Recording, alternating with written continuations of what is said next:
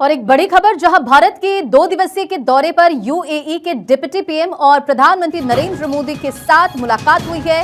प्रधानमंत्री नरेंद्र मोदी से शेख हमदान की मुलाकात हुई है। बड़ी खबर आपको बता रहे हैं।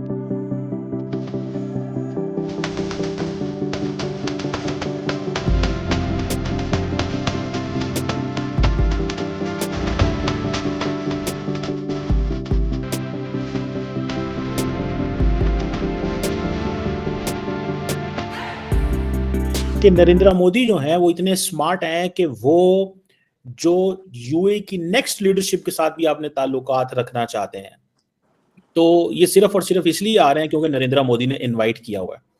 और मोदी साहब को पता है इस चीज़ का कि ये बंदा आएगा, यंग लड़का, तो मैं इस पोजीशन में हो जाऊंगा।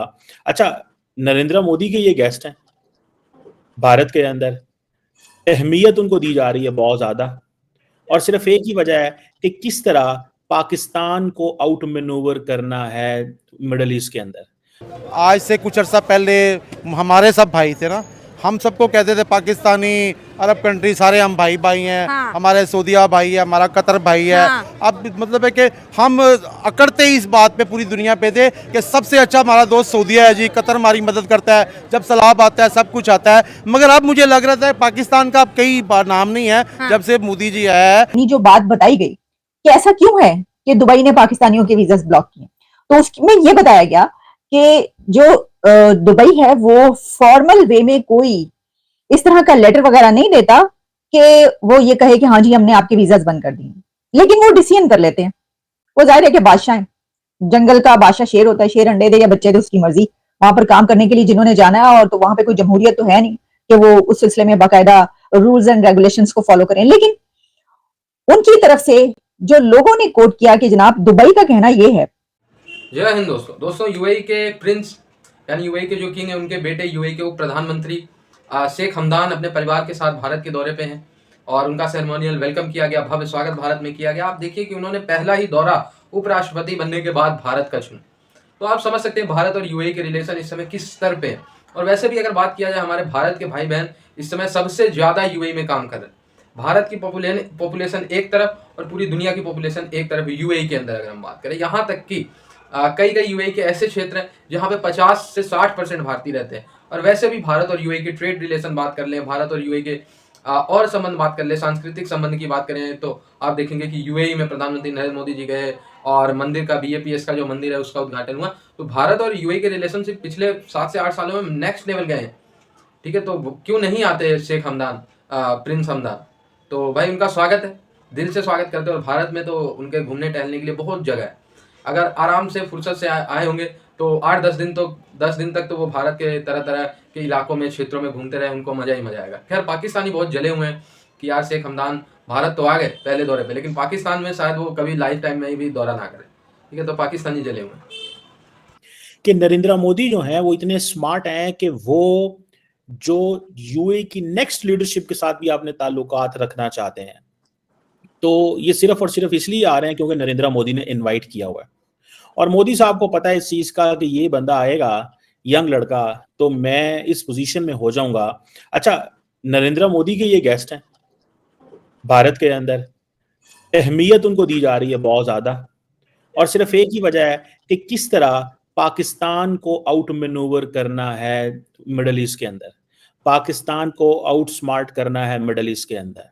हम सऊदी अरब हो, यूएई हो, जीसीसी की जितनी भी लीडरशिप हो, उसको हम सिर्फ और सिर्फ इस एंगल से देखते हैं कि यार ये लोग जो है ना, ये यंग लड़के हैं, तो बस ठीक है, हम जब जैसे हमें पिछले पैसे देते थे, हमें ये भी इसी तरह लोन देते रहेंगे, कर्जे देते रहेंगे।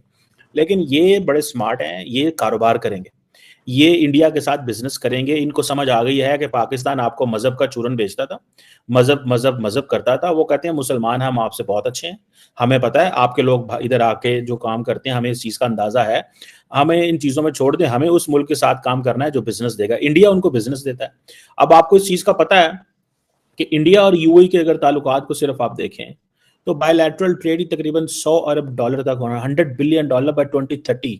इस वक्त 70-80 अरब डॉलर की ऑलरेडी ट्रेड मौजूद है।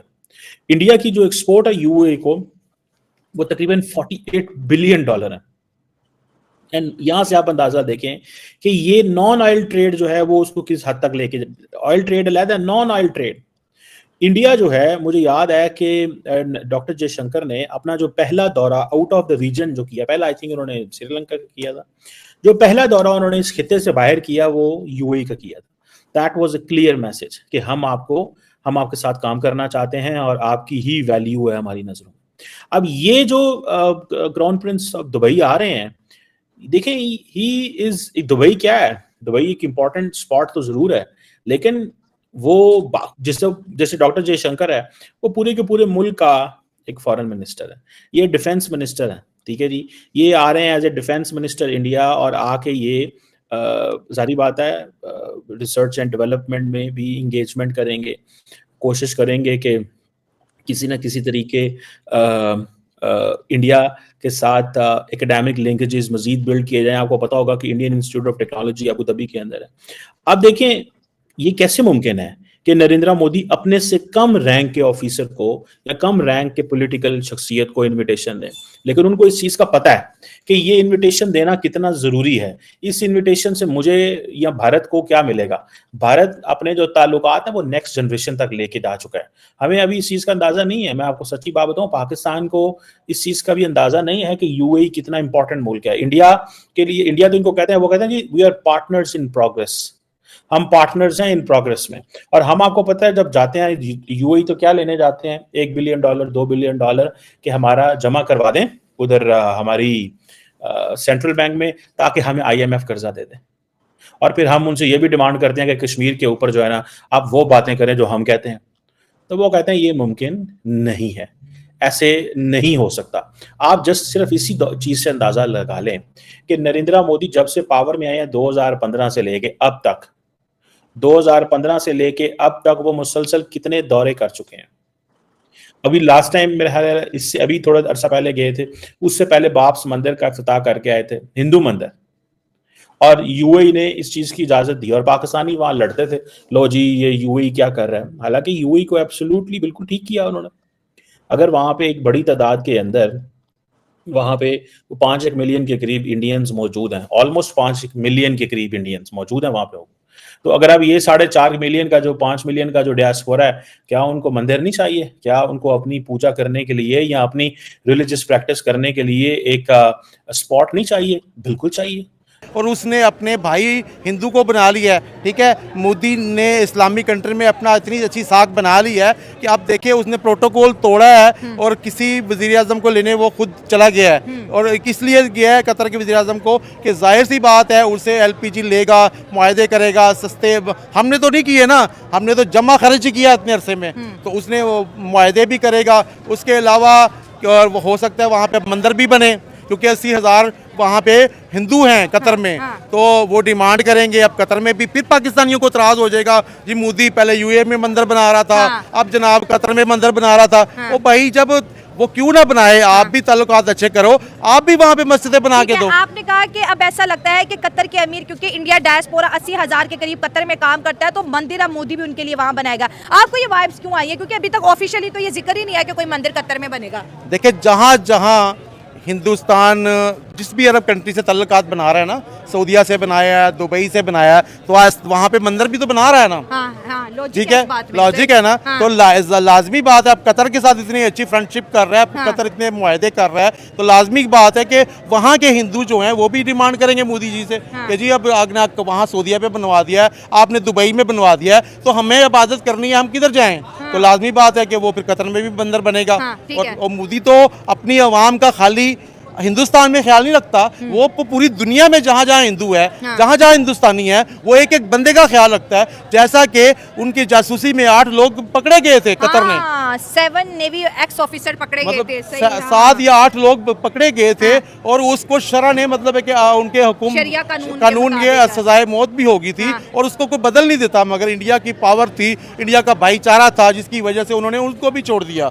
जब वो इंडिया उनको छोड़ सकता है तो फिर मंदिर बनाने क्यों नहीं देगा उनको? हाँ, देखिए शरिया कानून नहीं बदला जाता, और ये बात बिल्कुल ठीक है कि ये वही करता था जिन्हें 7 एक्स जो है नेवी के अफसरान को जो है हैंग आउट कर दिया था, मतलब कि सजाए मौत होने वाली थी। लेकिन इंडिया के जो है एक रिक्वेस्ट के ऊपर उन्हें वापस, और कई दफ़ा ये भी बोला गया कि शायद शाहरुख खान ने रिक्वेस्ट की होगी क्योंकि कतर में शाहरुख खान की बड़ी फ़ैन फॉलोइंग है। देखिए शाहरुख खान की फ़ैन फॉलोइंग नहीं है, एक बंदा अगर गलती को, अब पूरी इतना बड़ा हिंदुस्तान है, इतनी बड़ी स्टेट है, ठीक है, दुनिया की 5वीं इकॉनमी में है, अगर उसमें 8-10 लोग गद्दार पैदा हो गए हैं, 10 बंदों ने गलती कर दी है, तो पूरे हिंदुस्तान को उसकी सज़ा तो नहीं दे सकते ना।